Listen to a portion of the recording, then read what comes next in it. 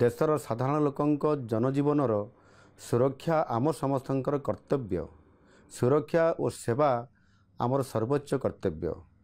एथिपाई जातीयतार मनोभाव रखी बेसामरिक सुरक्षा बा सिविल डिफेन्स संगठन रे स्वेच्छासेवी भाव जोगदेवाई मु जनसाधारण को विशेष करी युव समाज को आह्वान करुछि। युव समाज ही आम आशा भरोसा और शक्तिर प्रतीक। इच्छुक स्वेच्छासेवी माने जिला स्तर रे जिलापाल माननकु आवेदन करि परिबे। जिलापाल होउछंती जिला बेसामरिक सुरक्षार नियंत्रक। यही स्वेच्छासेवी माननकु प्रशिक्षित कराजिबो। आवश्यक हेले सेवा और जातीयतार मनोभाव रखी सेमाने जनसाधारण को सेवा जोगाई देबे। आम राज्यर 12टी स्थान रे सिविल डिफेन्स संगठन कार्य करुछि।